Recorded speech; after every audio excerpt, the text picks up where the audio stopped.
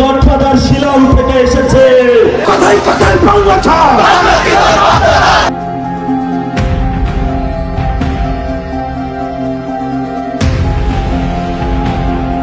কক্সবাজারে এনসিপি নেতা নাসিরউদ্দিন পাটোয়ারির বক্তব্যকে ঘিরে উত্তাল কক্সবাজার।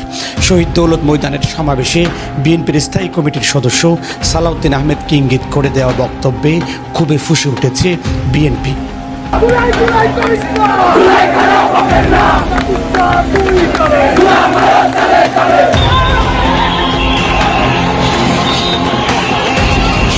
চকরিয়ার সভায় যোগদানের আগেই মঞ্চ ভাঙচুর করেছে চকরিয়ার বিএনপি ও অঙ্গ সহযোগী সংগঠনের নেতাকর্মীরা। পথসভার গাড়ি ভাঙচুর করে সড়ক অবরোধ করে তারা। পরে আইনশৃঙ্খলা বাহিনী নিয়ন্ত্রণে আনার চেষ্টা করে, সেখানে বাধার মুখে পড়ে এনসিপির গাড়ির বহর।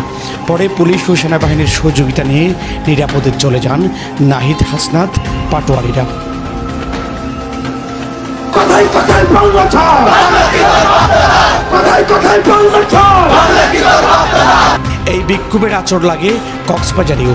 শহরে বিক্ষোভ মিছিল থেকে শহীদ দৌলত ময়দানের এনসিপি নেতাদের পোস্টার ছিঁড়াছিঁড়ি চলে কিছুক্ষণ, পরে ব্যানার পোস্টারে আগুন ধরিয়ে দেয় বিক্ষুব্ধরা।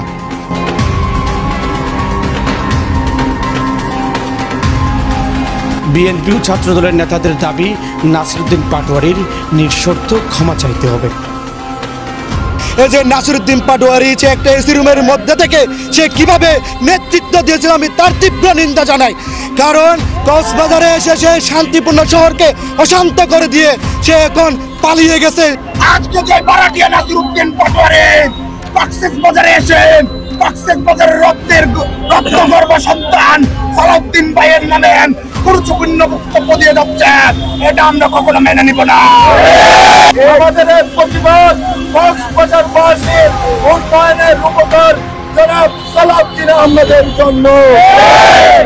আজকের এই সমাবেশ থেকে বলে দিতে চাই, এনসিপির যে সমস্ত নেতা কর্মীরা বিএনপির নেতা কর্মীদের নামে গুরুত্বপূর্ণ বক্তব্য রাখছেন, আপনারা এই থেকে বিরত থাকবেন।